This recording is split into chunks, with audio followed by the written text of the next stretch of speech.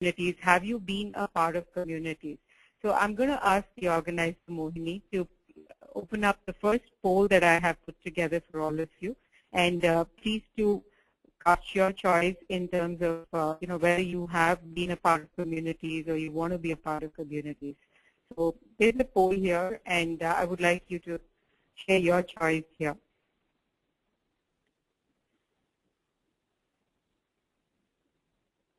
Yeah, so do we have the poll open?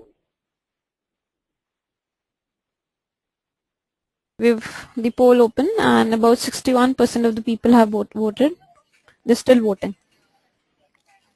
Okay.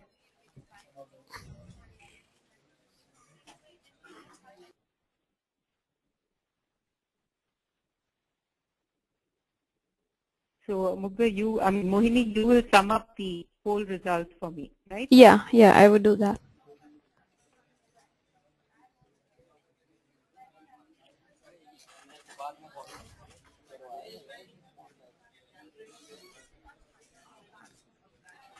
So Ambika, we have about 80% of the people of the attendees who have voted for us. About 36% say yes, heard, and I'm part of the communities. 34% of them say no, not heard, and 30% say yes, heard, but not part of any community.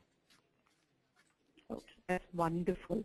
Thank you so much for participating in the poll. And I think one of the fundamental tenets of any community is that it thrives on active participation. So by participating, I think the very first tenet is met for this webinar where all of you have casted your choice, which is wonderful. So I'm now going to the very first slide, which is about what is a community, or how would you define a community? One of the most standard definitions of a community of practice is from a person called Wenge. So this says communities of practices are groups of people who share a concern or a passion for something they do and learn how to do it better as they interact regularly. So this is a definition from Wenge. He's one of the most quoted community philosophers and champions, and this is a site from where I have picked this up. Definitions apart, if you do a simple search on communities in an organization, you will get over 70 lakh results, and the results only keep growing every day. So communities is no longer a management fad. It may have been a few years before, but today communities in large enterprises, large and small enterprises, are a way of working. Most of the enterprises do adopt it. Now, what have I put here in terms of a P, an I, an R, and then there are several dots here, which means there could be several other extensions. Now, what I have by putting this here, what I infer is that communities are of different types. So you could have communities of practice. The P can stand for a practice. It could be a community of purpose. It could be a community of passion. There are communities of interest, and then there are communities for roles. So the possibilities, the permutations and combinations of what communities can do is boundless. So as I say, sky is the limit. But what does all this P, I, R, and all mean? So whatever it means, there are structures, there are processes, there could be frameworks which could be enabling the P's and the I's and the R's.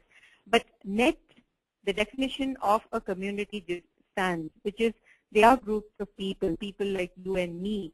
We have a common interest, or we have a common pain area, or a concern, or a passion to do something. So we come together, we interact, and we keep working on it so that we keep improvising on how to get it done better as we interact regularly. So this is what communities are all about.